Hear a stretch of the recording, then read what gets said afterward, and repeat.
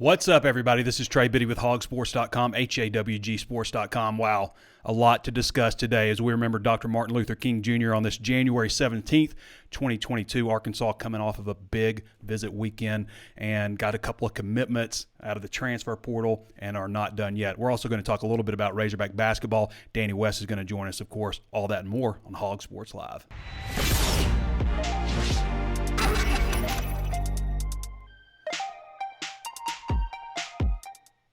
Before we get started, of course, I want to remind you there's so many ways to watch and listen, guys. You're not going to believe it. You can always tune in on Facebook Live. Be sure to subscribe to the channel, join 85,000 Arkansas fans, and follow the page. Also available on YouTube. Be sure to hit the notifications bell so you're alerted anytime we upload new videos. Also available on Apple Podcasts, Spotify, Stitcher, anywhere else you can think of to find your favorite podcast. Be sure to throw us that 5-star review if you haven't done so already on Apple Podcasts. We certainly appreciate that. HawgSports.com is just $1 right now for your first month. So sign up if you haven't. There's been a lot of people taking advantage because there's so much activity lately with the transfer portal. The sky is falling. Greg Brooks is gone. Joe Fouche's gone. What's happening? Malik Hornsby's gone. The sky is falling. The transfer portal giveth and the transfer portal taketh away. I think we can all see that now. First of all, Malik Hornsby's back with the team. That kind of seemed like a bit of a hasty decision. You know, he kind of tweeted out something. You know, everybody's always got these graphics and everything and, you know, thanking everybody. And he just tweets, I'll be entering the transfer portal tomorrow. Sometimes I think, and I don't know if this is the case with Malik Hornsby or not, but sometimes, you know, these guys go home right after the bowl game and, you know, kind of get in their head a little bit, see other stuff going on. Maybe people are talking to them. Who knows? Who knows what the situations are exactly? But certainly good news that Malik Hornsby's coming back. And I've said this before, you know, even when he transferred, it's like, you know, we got this idea of what Malik Hornsby's future looks like at Arkansas. And it looks like a pretty good future to us, but who knows what he's thinking exactly. To us, it looks like, hey, he could be a starter for 3 years at Arkansas. I've always felt like once he figures it out, once that light bulb comes on and he becomes, you know, a good passer, or an average passer. Say he just becomes an average passer, then he is extremely dangerous already because he's such a good runner.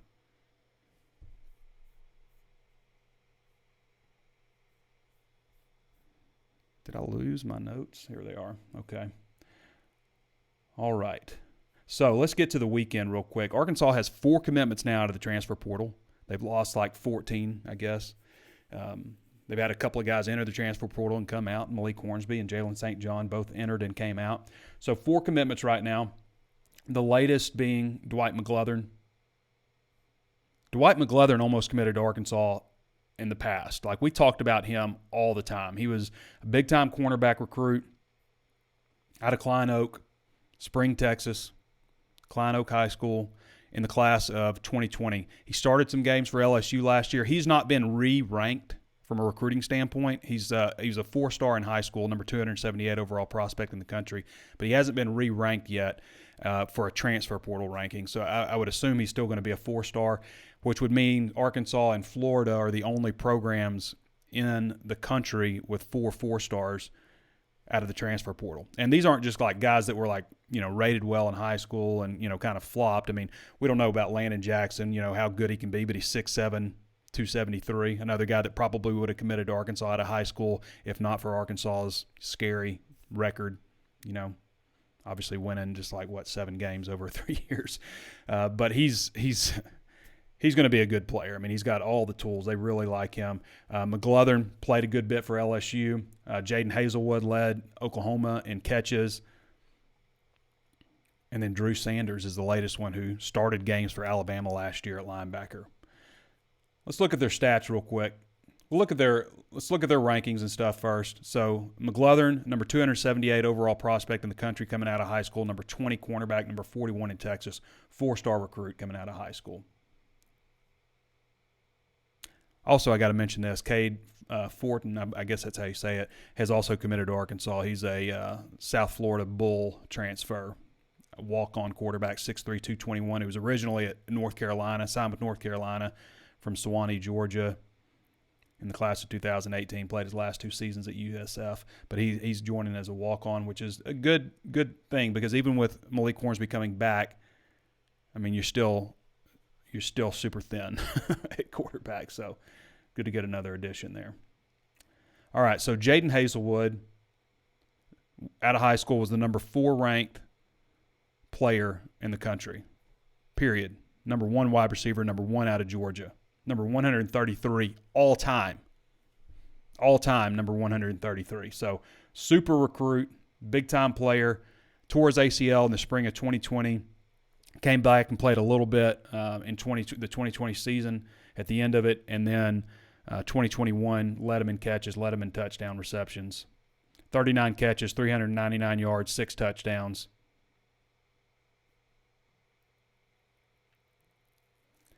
Landon Jackson, number 125 overall prospect in the country, number 8 edge, number 19 recruit in Texas, 6'7", 273. I think he played in just like one game last year as a true freshman. Didn't record any stats to my knowledge. Drew Sanders, number 22 overall prospect in the country, number 1 athlete, number 3 in Texas, number 447 all time. 6'5", 232. Listed as a recruit, 6'5", 244 listed at Alabama last year. 24 tackles, 1 sack, 2 passes defended. Nice pickup. Nice pickup. He took over. They had an injured player. He took over for them at linebacker. And I believe hurt his hamstring and fell back a little bit. Still played a lot. But he's a good-looking guy for the future. He was class of 2020, so he's got a lot of eligibility left. Landon Jackson does. Dwight Mcluthron does. Jaden Hazelwood has a couple years, 3 years, I guess, at maximum with the COVID year if he wants it. So Mcluthron was 278 overall, number 20 cornerback, 41 in Texas. I think I mentioned that. Mcluthron last season had 31 tackles, an interception, a forced fumble. That interception was a 37-yard pick six, 5 passes defended. He had 3 tackles against Arkansas last season. Not bad. And there's some more action, and we're going to talk to Danny West here in just a little bit. But Luke Haas, I don't know how you say that. It's a Z at the end, H-A-S-Z. Could be German, like it's Hast. Luke Hast, maybe. Number 59 overall prospect in the country, number 2 tight end, number 1 in Oklahoma. Looked like he was going to Oklahoma. Obviously had a coaching change. Right now he's listed warm to Arkansas. Bigsby, tight end, 6'3", 220. Again, number 59 overall nationally. Number 2 tight end, number 1 in Oklahoma. Arkansas certainly, it almost feels like some kind of an overreaction because the tight end position has been thin since Sam Pittman got here. And they already have 2 commitments in the class at tight end, and he would be another one if they end up getting him. And they're all 4 stars. So Shamar Easter's number 117 ranked player in the country. This is class of 2023. 6'5", 225. Jaden Ham, 6'6", 225, number 301 nationally, number 16 tight end, 4-star also. They're off to a really good start. And these guys could all play. You know, you could play 3 tight ends if you wanted to. You could, roll some of these guys at wide receiver, Number 6 ranked class in the country right now, number 3 in the SEC. That's pretty solid. Right now for Arkansas in the 2022 class, just backing up a little bit, Arkansas is 21st nationally and 9th in the SEC. So they drop back a little bit as teams continue to get more recruits. Now, in the transfer rankings, Arkansas currently is 14th. But Mcluthron, they haven't readjusted Mcluthron's ranking yet. So are they 14th? They updated it? Oh, no, they updated it. So Arkansas is 5th now. So they have updated Mcluthron. Arkansas and Florida, the only 2 teams in the country with 4 4-star transfers. Arkansas has 5 commits, including the quarterback. But they're number 5 nationally. Number 5 nationally. We got to fix the quarterback deal because it's counting as a scholarship guy, I think. Okay. And in the hybrid, the overall ranking, so they combine the transfers and all that, Arkansas is 16th nationally. So the 2023 recruiting class, counting transfers and high school recruits right now, is number 16 overall with 9 4-star commitments, 25 overall. We're looking at 3 more guys depending on what happens with Miles Slusher. 3 more guys out of the transfer portal. Me personally, defensive tackle. Now, they had a defensive tackle up here, obviously, the transfer from Tulsa. I think he's a good player. I'm worried about his size. He's listed at 6 foot. If you're 6 foot, that's one thing. But if you're not, to me, what I hear is he's maybe a little closer to 5'10" than 6 foot. And you can be a good player in the AAC. I get that. And probably, I just have a hard time believing you, at that size you're not going to get pushed around a little bit in the SEC. That's my only thing. But they're after several other defensive tackles. That's what I think they need, interior guys. I would probably like to see, if they're going to sign 3 more transfers, 2 more interior defensive linemen and a safety. That's where I would like to see them go, personally. And if not that, a safety and an interior defensive lineman, and then a best available, whatever that looks like. Somebody that's maybe younger that, maybe help you down the road.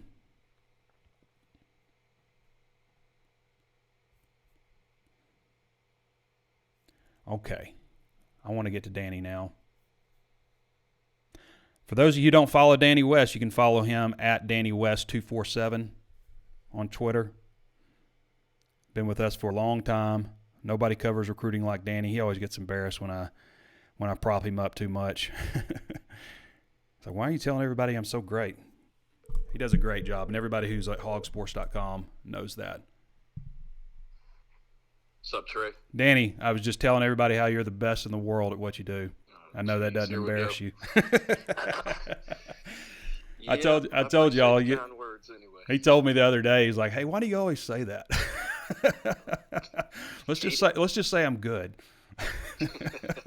Good looking anyway. I didn't say that. What's up today? Well, a lot, Danny. Obviously, we just talked a little bit about the quarterback transfer who's jumping on as a walk-on out of South Florida, formerly of North Carolina, and just a big overall recruiting weekend. And I thought, we kind of went over some of the transfer additions, but I thought you could kind of just give us a rundown of the stuff that happened over the weekend. Yeah, just an enormous weekend, really. I mean, one of the best ones I can remember in a long time. Obviously, everybody wants to talk about the 2 transfers coming in, and rightfully so. They're as big as they get. Arkansas obviously needed both of those positions filled, and I think they filled them with some really, really good players. But outside of that, you also had a huge prospect day, one of the best that I can recall, and a lot of positive momentum coming out of that one, I think. We sit here and we get through the weekend, you get a couple of commitments, everybody says, oh, that was a nice little run. Well, we're right in the middle of it. This thing is far from over, and I think throughout the week you've got a good chance to get some more good news. But I want to say this, Trey, you got to give credit to Michael Scherer, the linebackers coach. I think he's proven it time and time again, kind of under the radar a little bit, but to go out and get a guy like Drew Sanders, and former 5-star guy that could have gone just about anywhere in the country, I think it's time to give Michael Scherer a lot of credit here. He had 3 guys go over 100 tackles. His guy won the Burlsworth Award. He signed a really quality linebacker class in Jordan Crook and Manny Powell, Caden Henley. He got Bumper to come back, and now he's got a 5-star to join him. And it's not just that. I mean, you look at some of the 2023 and 2024 visitors that he's had on campus. Tackett Curtis, 4-star. Had another one in here this weekend. Troy Ford out of Georgia, 4-star.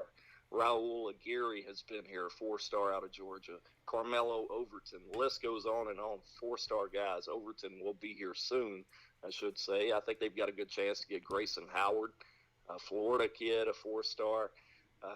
When I say have a chance to get him, I mean on campus. So I want to make that very clear. But I think they could get a visit out of Grayson. Everett Russo will be here this weekend. Keep an eye on that one. So just a really impressive run by Coach Scherer, and I just wanted to make sure we're giving him credit for that. That was really impressive. Absolutely. When you do good things, you get credit, and I put full blame on Sam Carter, by the way, Danny, for the addition of Dwight Mcluthron. Yeah, he's got to go. There were some people that were hard on Coach last week. I mean, it was a rough stretch for Coach, but hey, you know what? He's kind of done the same thing. We'll see what happens with some of the commitments from this previous class and how that may shake out. But I think they signed a couple of really good guys, and Anthony Brown and Jalen Lewis, a couple of Tennessee kids, both of which I think have a chance. I'm not going to say they're going to come in and start, but I think both of those guys can help you in the 2 deep next year. We'll see how they close out this thing. Maybe another DB addition, but Dwight Mcluthron, man, you remember back in the day we used to do the Hog Hustle with Jayhawk. I was talking about that earlier. Dwight Mcluthron every week. Yeah. So I feel somewhat justified that he came full circle, because as much as I talked about him a year or two ago, I feel like it paid off. Yeah, he was a guy we talked about all the time, and whoops. You all right there, buddy? We're all good. Everybody, we're fine. Drop the mic. Drop the mic drop. But yeah, we talked about him a lot, and I know a lot of LSU fans are like, like thinking he could have been their best returning corner. By the way, I got to clarify something, because I keep doing this to Miles Slusher. I keep accidentally mentioning him when I'm talking about transfers, and I'm meaning somebody else. And a minute ago, I mentioned him when I'm talking about Miles Rouser. Miles Rouser is the guy that might, who depending on what happens with him, not Miles Slusher. Yep. Miles Slusher is in the fold. He's good to go. Yeah, he's good. But anyway, I keep doing that. He's like the guy whose name keeps coming out of my mouth at the wrong time. We've had a lot of Miles lately. I know. I think back to Miles Mason. I brought it up to him too. I was like, was there like a somebody like who was famous like 18, 20 years ago named Miles, like Darius Miles maybe, I'm thinking, like, because there was Miles Rouser, Miles Slusher, Miles Mason, and they're all safeties. And I can't remember a single Miles, Danny. I can't remember a single player named Miles aside from those guys in the whole time we've been covering. Wasn't there a Colton Miles Nash or Nash? Colton Miles Nash would be the closest one. But, I mean, obviously that's a hyphenated last name. Right. So that's the closest. I'm thinking of 2023. It could continue. I've been talking to Miles McVay, 4-star offensive tackle out of East St. Louis. Could be setting up a trip down here pretty soon. So another Miles. Position? Offensive tackle, 6'7", 365. Not a safety. Okay. 6'7", 3 what? 365. Wow. Yeah. He's plenty big. He's plenty big. What year is that? 2023? He's a 2023. He's got offers from everybody except the Packers at this point. He can go anywhere. Yeah, Arkansas's offensive line is getting bigger and bigger, and we'll talk about that here in a little bit after we get off of Danny. Some of my 10 projected impact returnees.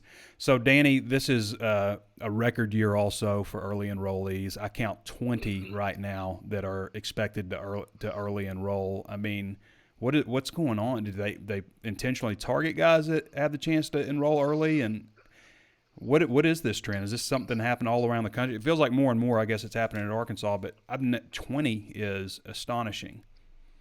I don't know if they go out and say, hey, let's only get guys that are going to come in January. But I do think it, when they get on a kid, get an early commitment, I think they go to work right away and say, hey, let's get you squared away, see what your academics look like, and get you in here early. There's so many benefits of it, just the acclimation period of being a college student. And, back in the day, I'm old enough to remember a time when, kids stayed at home for most of the summer. Oh, yeah. They'd get up here and try to go through conditioning, and, they're trying to get to class, don't even know where they're going. And also they've got a lot of pretty girls to look at. So it's a lot to handle at one point. I would rather, as the coaches do too, I'm sure, rather get them here in the spring and get them going a little bit. But 20 is a staggering number to me. Really is. I mean, and it includes, of course, 4 transfers, I guess. But, 13 last year. I thought, man, what in the world is going on? It's getting earlier and earlier every year. And now you look up, there's 7 more in this year's class. So to answer your question, I think it's a trend that will continue because there's so many benefits from it, especially for an Arkansas team that, they're going to have some spots to fill. I think they've got a shot to be good again next year, but they've got a lot to figure out this spring. A lot of those guys could benefit from it. I can remember back, it's probably been about 2005, around when Darren McFadden, there were still guys that, would just stay home. And I remember even Houston Nutt would encourage guys just to, finish out high school. You're gonna be up here a while. I can Those remember days are over with. Jose Valdez was like maybe the last guy I can remember that didn't report over the summer at any point.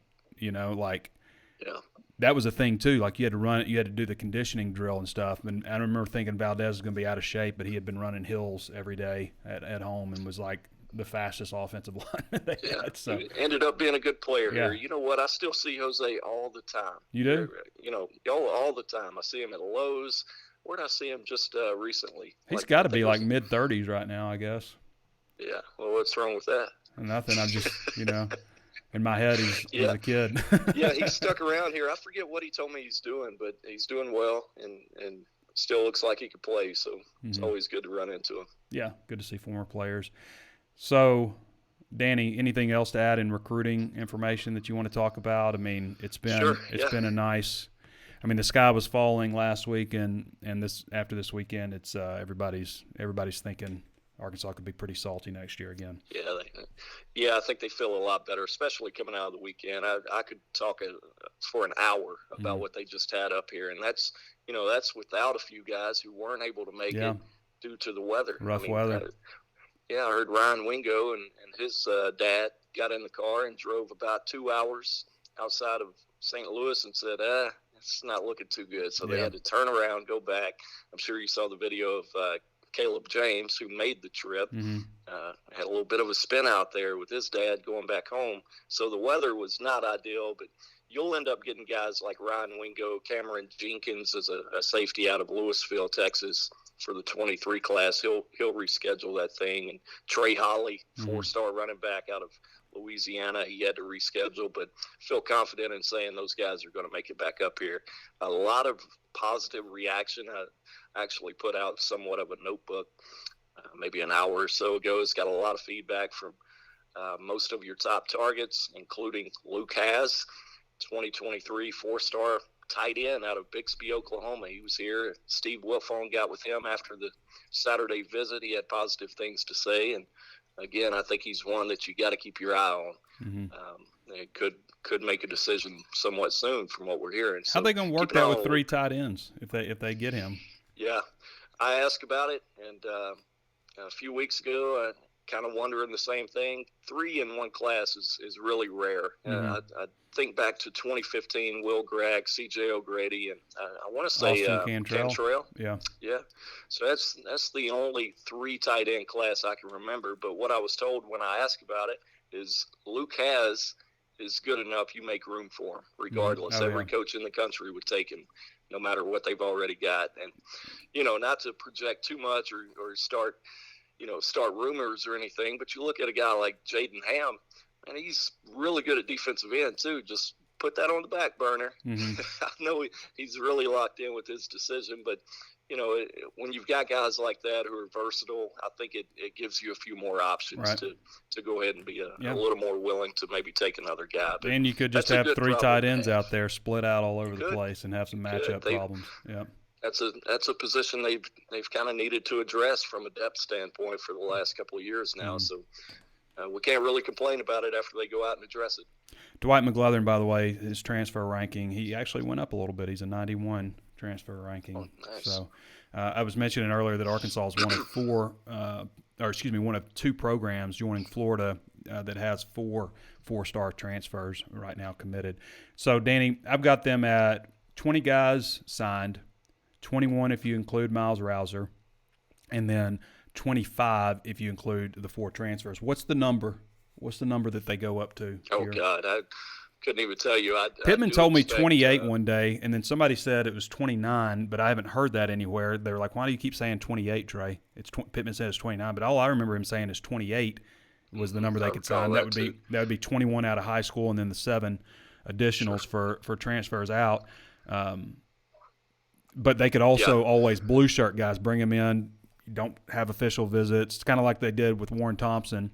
Don't have official visits. Don't visit him. Bring him in, and then put him on scholarship and count him ahead to the next class. So they could definitely do that too if they feel that there's some needs. But right now, 25, including Rouser, and I believe 3 more. And where would you try to get guys? I think you need a safety, I think you need another interior defensive lineman, and then after that, another defensive lineman or a linebacker, or maybe just best available. Right. But I think safety and interior defensive linemen are needed. I would go interior defensive lineman. If you asked me to prioritize them, I'd probably go interior D-line first. Man, Ridgeway, people don't give him enough credit. And I know he's got the NFL Combine. He got the Senior Bowl invite. So that tells you quite a bit about what the next level thinks about him. But I'm not sure fans really appreciate, because, it's not a glorious spot. But, man, you had took a lot of double teams. Linebackers that went over 100 tackles because of that guy, by and large. They're freed really up to make too, tackles. Absolutely, Danny. Danny. That's right. Yeah. So, man, I'd like to see them replace that and or try to get close. I would go interior D-line. I'm with you on safety, nickel. If you can find a guy like that, I think that would be really big. And then from there, you almost kind of want to go best available, in my opinion. How could you hit on it there?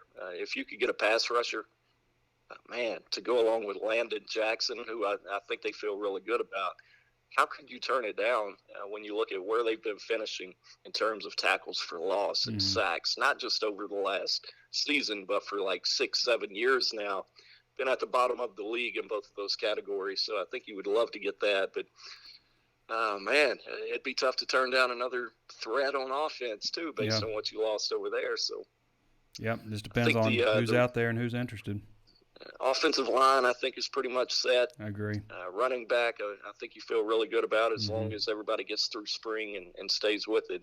So, anything else might be on the table for me, even tight end. I would feel okay about where I am at wide receiver also, because Jaden Hazelwood has proven he can get it done on a major college level, and they feel really good about the 3 wide receivers they brought in last year, and Isaiah Satania coming in, and Bakke and McAdoo. To me, they set themselves up pretty decently at wide receiver also. So. Yep. Oh, by the way, John Ridgeway, I wanted to mention this, is the only player on the team. I don't know if you knew this. He's the only player on the team that can lift a Golden Boot trophy up by himself. By himself? Yep. Wow. Yep. That's impressive. What's that thing weigh? I don't know. It's big and heavy, just like John Ridgeway. Yep. Just like John. There you go. Yep. Big weekend coming up, Trey. Want to make a note of that before you kick me off here. But, this past Saturday, was the first of 3 consecutive prospect days here on the Hill. So this coming Saturday will be number 2. It won't be as big of a group, if I had to say, but they're going to have quite a few players up here. So that's kind of where I'm at today. The incoming quarterback commitment just kind of threw me for a loop there. I've been working the phones all morning, but had to stop and find out a little more about Cade there. But should be a good week. Working the phones, trying to see who all is going to come up here. But I know Dallas Young, your recently committed corner out of Gardendale, Alabama. He's trying to get a couple of guys to come up with him. So you can read all of that on HawgSports right now in the notebook there. Everett Russo is another name. Cedar Grove, that connection stays strong down there with Jimmy Smith. So keep an eye on Everett this weekend. But, check the site throughout the week. Should have plenty of names coming up. All right, Danny. Appreciate you. Yep. Best in the biz. All right, brother.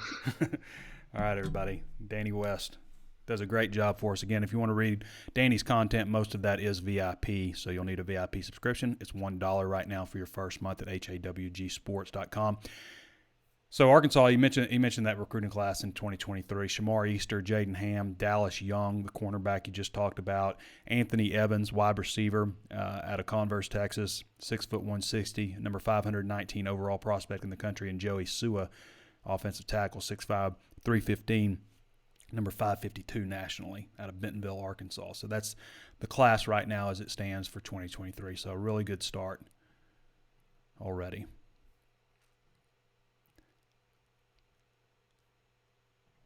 Where do we want to go? We'll touch on basketball a little bit. Curtis Wilkerson will be with you guys on Wednesday after the Tuesday game. Arkansas has a chance, really, I think, to reel off some wins here before that West Virginia game. So let's see. They've got coming up Tuesday, South Carolina in Fayetteville, a revenge opportunity against Texas A&M on Saturday, January 22nd in Fayetteville, and then go at Ole Miss on Wednesday, okay, before welcoming West Virginia in the SEC Big 12 Challenge at 1 o'clock Saturday, January 29th. West Virginia, I think they've only lost like 3 games this year. You got at Georgia after that. I mean, there are some opportunities here. Mississippi State in Bud Walton Arena, Auburn in Bud Walton Arena on a Tuesday. That could be a wild one. I mean, so leading up to that Auburn game, South Carolina, Texas A&M, Ole Miss, West Virginia, Georgia, Mississippi State, and then the combination of those 6 games, you know, the ones you need to be at home are at home, and then, you know, you're at Georgia, you're at Ole Miss, you know, teams that you think you could take on the road possibly. Texas A&M is 15-2 right now, by the way. Mississippi State's 12-4. South Carolina's 10-6. Ole Miss is 9-7. Georgia's 5-12. Just a few of those teams. And as I mentioned, I think West Virginia's 13-3. I think. Okay, 10 Razorbacks who could break out. We're going to do this one real quick, and then we're going to get to some questions. My number one potential breakout guy is Takias Crawford. I think he's going to get a shot over at left tackle. If not him, then probably Jalen St. John, who I also have on this list. But to me, I think Takias Crawford, 6'5", 350, gets first crack at left tackle, see if he can handle it. And if he can, or if Jalen St. John can't, then maybe you look at maybe shifting some guys around a little bit. Maybe Brady Latham slides out to tackle or something like that. Jaden Johnson is my next guy. I think some things opened up with him at the nickel spot. He's also worked at safety, but 6'2", 220. I think we're going to see him in a starting role. And another guy to maybe keep an eye on in that particular category is Jakoy Turner also, who is a nickel. Christopher Paul, maybe I'd drop him down just a little bit because they did get Drew Sanders, but they're going to need another linebacker. I mean, you look at the linebackers this year, they rotated 3 pretty steadily. Christopher Paul is a guy that th've talked about a lot, 6'1", 240, a young guy, true freshman this year. He'll be a redshirt freshman. I think he just played in 1 game. Another guy maybe to keep an eye on at linebacker who's younger is Marco Avant, who's been injured more than he's been healthy. Cameron Ball is my next guy at defensive tackle. I think we see Cameron Ball maybe leapfrog some guys this year. He's the guy that they've been talking about a whole lot since he joined the team. Georgia Southern, UAPB are the 2 teams that he played against this season. But he was a really nice recruit, had a lot of offers, but 6'5", 310, a guy that, you know, you hear from players and coaches that he could be a guy. Kari Johnson's a guy whose name started popping up more and more towards the end of the season and during bowl practices. There's opportunities at cornerback, so keep an eye out for Kari Johnson, even with Dwight Mcluthron coming in. Keytron Jackson, there's an opportunity for Keytron Jackson too. I mean, how do things shake out at wide receiver? They lose Devion Warren. You know, they lose Tyson Morris. They lose Traylon Burks. So 3 of their top 4 wide receivers are moving on. And Keytron played a little bit last year. He only caught 5 passes for 97 yards. Had a 29-yard touchdown catch against UAPB. A.J. Green. You know, A.J. Green adding a little bit more weight. He's 5'11", 200. I think he could put on a little bit more weight. But, you know, now you have Traylon Smith moving on. I don't know if Traylon Smith is planning on, you know, just hanging up the cleats or what he's doing. But I think he's just hanging up the cleats and calling it a career. He could have come back as a super senior. But now you have really one guy that's a shifty and elusive and speedy back, and that's A.J. Green. So I would look for maybe his role to increase next season, especially getting more comfortable. Bryce Stevens, we saw Bryce Stevens had a couple of catches for only 5 yards. Had, 3 catches in the bowl game for 5 yards. So wasn't able to do much with him, but also looked for him to probably start at punt return. They really like him, Jaden Hazelwood, and Keytron Jackson, all 3 of those wide receivers from the last class. Andrew Parker is another one to keep an eye on. I think probably him or Christopher Paul Jr. will probably be that 3rd linebacker for him. But he's played here and there. He's helped at times. You know, he's shown that he can help on this level. But obviously there were 3 really good linebackers ahead of him last year. He is a senior this year, so keep an eye on him. And then Jalen St. John, who I mentioned, it just depends on how things shake out. I kind of think Jalen St. John is better suited for guard over tackle, but it just kind of depends on how things shake out, the return 4 guys. So that's my 10 possible breakout returnees, possible breakout returnees. And we'll do some stuff on, my top 10 newcomers and impact newcomers and things like that. All right. Where we want to go here.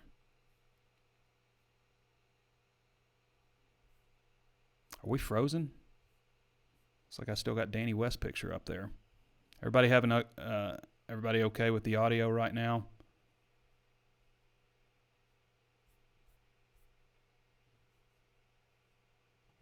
Okay. Not sure if you are or you aren't, but one more time before we get started on these questions, I want to remind you there's plenty of ways to watch and listen. You can always tune in on Facebook Live. Be sure to follow the page if you haven't done so already. Also, subscribe to our YouTube channel where we upload all of our videos, and hit the notifications bell so you're alerted anytime we upload new videos. Throw us that 5-star review on Apple Podcasts, and we're on Spotify, Stitcher, Google Podcasts, anywhere and everywhere you can think of to find your favorite podcast. We are there. All right. We're just $1 right now also at HawgSports.com, HAWGsports.com. I think I got the audio figured out a little bit. We were kind of clipping a little bit for the past couple of weeks, and I couldn't figure out what setting it was that was making it do that, but I think I got it figured out now. We'll find out after the video if the audio is nice and clean again. Audio is important, right? All right, let's see what kind of questions we got. Travis Ford says, what do you think about the USF quarterback? From what I've seen, he got benched his first game. He started, and he's a pro-style quarterback. Do you think it was a waste of a transfer spot? I don't think that. I think that he's a guy that's played on the Division I level, but I don't think that you can have, you need quality transfers, and he seems like he's a quality transfer. I mean, I don't think they're looking for this guy to come in and challenge for a starting job. They need somebody to come in and help run the offense, David Osment says Hornsby receiver or running back. Quarterback, Josh Wilbanks says, yeah, but the LSU came in. I'm not sure what that means. Don Eldridge says, having a problem with buffering. Hope you're not now. Lance Cox says the new pickups are great, but if you lose 3 great players and pick up 3 great players, it's a wash. Basic math subtraction. In addition, we need net. So here's my thought on that, Lance, and I agree. You're just going to lose players in the transfer portal. But, Greg Brooks was a good player here. Joe Fouché was a good player here. Were either of them great players? I don't know. Are either of them going to the NFL? I mean, probably not. Is Landon Jackson going to the NFL? Too early to say. Jaden Hazelwood? Too early to say. I mean, I really think if you're going to weigh what's happened in the transfer portal versus what hasn't, and it's four players, by the way: McLuthern, Hazelwood, Jackson, and Drew Sanders. So 4 and 2. You just lost 2. So 4 and 2. That's the math. It's not basic math. It's basic math, but it's not 3 and 3. It's 4 and 2. Isn't that right? They lose anybody else of any major significance? I don't think so. So right now they're picking up 4 guys out of the transfer portal and losing 2. Josh Wilbanks said we need some defensive players. That's what they're doing. McLuthern, Sanders, Jackson. That's 3. Yes, Aaron Jordan, I meant Rouser, not Slusher. Slusher stays on my mind for some reason. I don't know what it is, but I keep mentioning his name in place of other people. Josh Wilbanks says, what about the wide receiver spot? I mean, they got Jaden Hazelwood. I mean, that's about as good as you're going to do out of the transfer portal. I think he's the number 2 ranked wide receiver in the portal. And they've got some young guys coming up. I mean, Keytron Jackson is a guy with a lot of ability. They really like Bryce Stevens. They like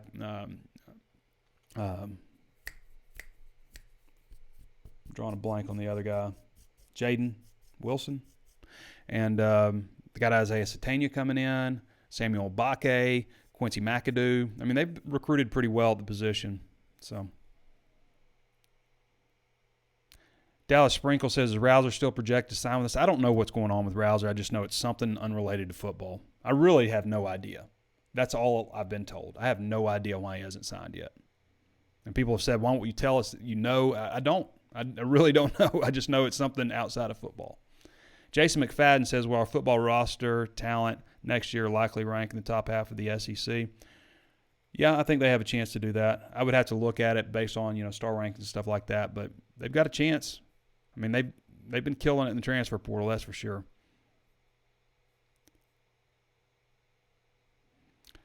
Jason Dunlap says, what's up with the USF quarterback? Will they move Hornsby to wide receiver? I don't see that happening. And I don't know much about the USF quarterback, although he's originally signed with North Carolina and transferred to USF, where he's been the last couple of years. It happened right before we started the show. Adam Mills says, Danny, how do you see Drew Sanders fitting in on defense next year? So just to answer for Danny, I think he's a guy that you could rush with him. You know, he could be an edge guy if you needed him to, and a guy who lines up, you know, as a regular Mike linebacker. Do a lot of different things with a guy 6'5", 243. Landon Montgomery says, I really think we compete to win the West next year. What are your thoughts, Trey? I mean, you get Alabama at home. That's nice. Alabama's tough. I mean, they were a young team this year, so they're going to return a lot.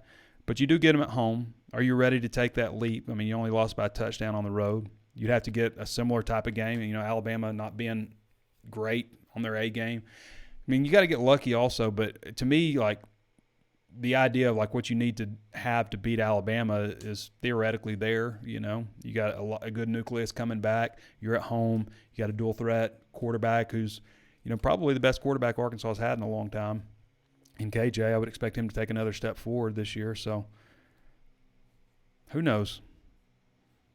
I think they've got the makeup of a good team. You know, could just depend on maybe a couple other pieces out of the portal, the interior defensive line. I mean, they lost a lot on the defensive line, so you need some guys to step up. It would be nice to find like another John Ridgeway type of guy to go inside, wouldn't it? Marcus Washington says, is Arkansas's defense a plug-and-play style for linebackers, or do they need to be developed in this scheme? It's a good question. I mean, for high school guys on any level, I would say you're probably not very good just because it's so difficult to play on this level. Just one false step and somebody can go right past you. But for a guy like Drew Sanders, who's been playing college football in the SEC, I would think that he can probably jump right in. And, I mean, he's enrolling early. Like, all these guys are enrolling early. There's like 4 guys that aren't enrolling early. That's outstanding. So all these guys that you need to come in and make an impact. Everybody tell me the audio's good. I appreciate that. What games do we win at home next year? Arkansas football schedule.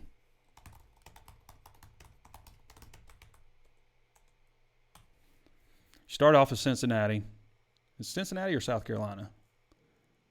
Start with an SEC game. Cincinnati. I mean, it's a tough opening stretch, but there's a lot of home games. So you start off with Cincinnati. They lose their quarterback. I think there's a good chance Arkansas wins that one. I mean, it's not going to be easy. South Carolina and Fayetteville. South Carolina obviously started coming on, but they get them in Fayetteville week 2. Now, I don't know who South Carolina opens with, but Arkansas certainly can't overlook Cincinnati and look to week 2. They open with Georgia State. So South Carolina may have a couple weeks to prepare a little extra. And then it's Bobby Petrino coming to Fayetteville, Missouri State. What an opening stretch, all those games in Fayetteville. And then it's Texas A&M and Arlington. That's a big one. Texas A&M and Arlington. Arkansas is the away team this year, so that's good. Doesn't count against them for a home team. And then it's Alabama. I mean, that's the stretch. Cincinnati, South Carolina, Bobby Petrino and Missouri State, Texas A&M, Alabama. And then you got to go at Mississippi State for the Pirate. This is all straight. And then it's at BYU in the middle of the season. So 7 straight weeks. 7 straight weeks of football. All tough opponents. BYU was ranked this year. Cincinnati was ranked this year. I don't think Mississippi State was ever ranked. Alabama was ranked number 2. Texas A&M was ranked at some point this season. I don't know if they finished ranked or not. They were 25th, I think, heading into the bowl games. Missouri State, I believe, was also ranked on the FCS level. South Carolina, I don't think, was ranked. And then you get your bye week right in the middle of the season, so that's good. And then it's at Auburn. I mean, how many years has Auburn owed some paid back? But you're at Auburn after that bye week against BYU. And then it's Liberty, who was ranked this season, and they're losing their quarterback also. So Liberty, Hugh Freeze and Liberty. And then LSU and Fayetteville welcome Greg Brooks and Joe Fouché back. Ole Miss in Fayetteville. Missouri at Farragut Field. I wonder if they'll move that game to Arrowhead. And then SEC Championship game December 3rd. So, I mean, it's a brutal schedule once again. There does not feel like there's any easy weeks. But Arkansas can win with this schedule. I'm not saying they're going to win all of them, obviously, but get the bye week right in the middle of the season. That BYU game is poorly placed. I mean, a stretch of Texas A&M, Alabama, Mississippi State, and then BYU on the road. 7th straight week of football. So, Tyler Tober says, when you talk about needing transfer defensive linemen, what are the main issues we have with the current D-line room besides experience? I think experience and just overall depth. I mean, I just think it would help to add another body in there. I think Cameron Ball probably would take a nice leap. Isaiah Nichols is a veteran guy in there, but to me, I would like to see them get a little bit bigger, a little more size. I mean, you got some 300-pound guys, but maybe just get a little bit bigger on the interior, a true nose. I remember there was a lot of hype behind Marcus Miller and Torian Carter when they were coming in. Yeah, I mean, Marcus just hasn't progressed up that depth chart yet, and Torian Carter's a good player. I don't know that he's going to play on the next level or anything like that, but he's a good player. I mean, they've got some good players up front. Just like the only thing is is there a great one? Is there a great one out there you can get in the transfer portal? Because you got to have great defensive linemen. Jim Smith says, are we sticking to a dual-threat quarterbacks only in the future classes? All the quarterbacks on the roster right now are dual-threat. So it feels like it. I mean, it just depends who's available out there. That Arnold kid out there, he's ran for 700 yards last season, so maybe he's a dual threat too, but he's definitely a throw-first guy. Aaron Jordan says, are these transfers coming in this semester? They are. They're moving in today. Move-in day. Obviously, they're out of school today. Today is Martin Luther King Day. So they're out of school today, but they're all moving in, all 20. Anthony Longinati says, do we expect Hudson Henry to stick around? He has had a hard time seeing the field. I think so. I haven't heard anything that would indicate he would leave. I mean, there's opportunities at tight end next year. As Sam Temple says, is KJ preseason top SEC signal caller? I think he's got a chance to make some lists. I think he'll make some preseason lists. Drew Rucker says, thoughts on our first game versus Cincy? I mean, they got to replace their quarterback. It's in Fayetteville. It's the opener. I mean, anybody can get up for one game. That's definitely a game they'll have circled, It's not going to be easy. Sam Temple says, also, how do you think we fare against Cincinnati and BYU early in the season? I mean, they're both ranked. They're both good teams. I haven't dove into either of them, I've watched Cincinnati play, obviously. I haven't seen BYU play, I don't think. Nathan Post says, isn't Louisiana on the schedule also? I don't think so. See, non-conference games are Cincinnati, Missouri State, BYU, and Liberty. So no Louisiana. Marco Giles says, KJ has improved every season that he's touched the field. He's going to be a beast next year. Has a chance to. Justin Stepp still is at South Carolina. Adam Mills. David Osmond says, I read where Pacino just picked up Jordan Jones. Yeah, Jordan Jones will be returning also next year, former Razorback wide receiver. Wes Glass says, when do y'all talk to Sam again? Probably National Signing Day at this point. I mean, he may release some statement. I mean, there's still some contract stuff out there. There's still a little bit of talk with Bryles in Miami, although the latest thing I heard out of there was that maybe Cristobal's looking to the NFL, see how the hires and fires shake out there. Maybe looking there. So, Wes Glass, I just mentioned that. Tracy McKnight says, who made this schedule? The SEC is tough enough, LOL. I guess that would be probably Jeff Long. These are scheduled out pretty far in advance. But, I mean, Cincinnati was always going to be a tough non-conference. They've been tough since Brian Kelly was there. They've been good. And that's been a long time now. So that was always going to be a tough one. Missouri State, I'm sure they looked at that one and said, but it's Bobby Petrino. They'll still beat them, but, still Bobby Petrino coming to take it. There's still going to be a lot of energy around that one. BYU was going to be a tough one anyway. That's their non-conference SEC or that's their Power 5 game. You can count BYU and Notre Dame as Power 5 opponents. You got to have one on your schedule. And Liberty was nothing before Hugh Freeze got there. They they weren't even FBS for until fairly recently. So it kind of reminds me of that USC year when Arkansas had played them. They were like, USC was like 35-35 over like however 8-9 year stretch or something. And then, of course, when they fall on Arkansas' schedule, they, revive the program and are the powerhouse in college football. So it's kind of, these things are scheduled so far out. All right, everybody. I want to thank you for your questions. I want to thank Danny West for joining and talking a little bit of Razorback recruiting. And Curtis Wilkerson will be back with you guys for the midweek show on Wednesday for Hog Hoops Live, following Arkansas's game against, who do they play this week? South Carolina. South Carolina? I think so, on Tuesday. So, I think that's right. Anyway, that's it. There's a lot to talk about today. I think we got through all of it. And, I think that's it. I think I got everything I want to say. All right, everybody. Appreciate you joining me on this Martin Luther King Day, remembering his messages of peace and equality as we exit here. And we'll be back with you guys, I guess, next week, unless there's some reason I need to hop on. You never know. But Curtis will be back with you guys on Wednesday for Hog Hoops Live. All right, everybody. This has been Trey Biddy with HawgSports.com, and we'll catch you next time.